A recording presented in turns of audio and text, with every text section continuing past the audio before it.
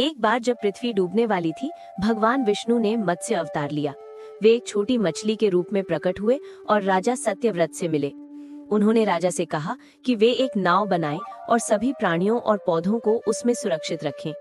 जैसे जैसे बाढ़ बढ़ती गई, मछली भी बड़ी होती गई और नाव को हिमालय तक ले गई। इस तरह भगवान विष्णु ने पृथ्वी को विनाश से बचाया। क्या आप जानते हैं उस मछली में कितनी शक्ति थी?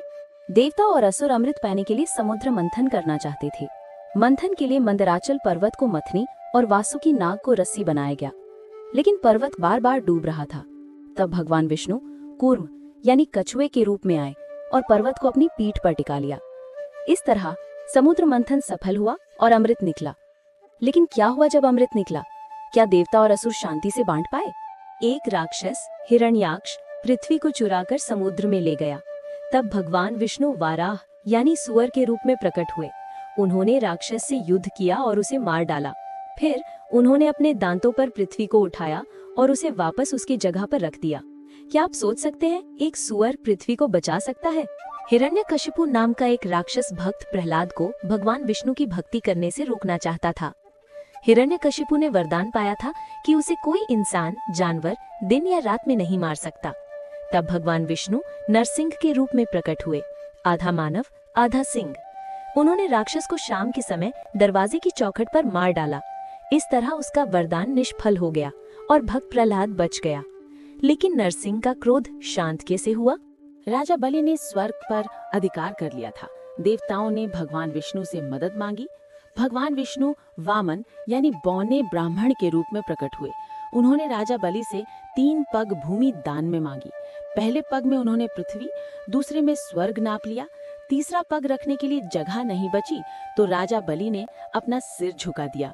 भगवान वामन ने उन्हें पाताल लोक भेज दिया। क्या बलि ने सच में भगवान को पहचाना था? परशुराम एक ब्राह्मण थे और उनके पास एक परशु कुल्हाड़ी थी।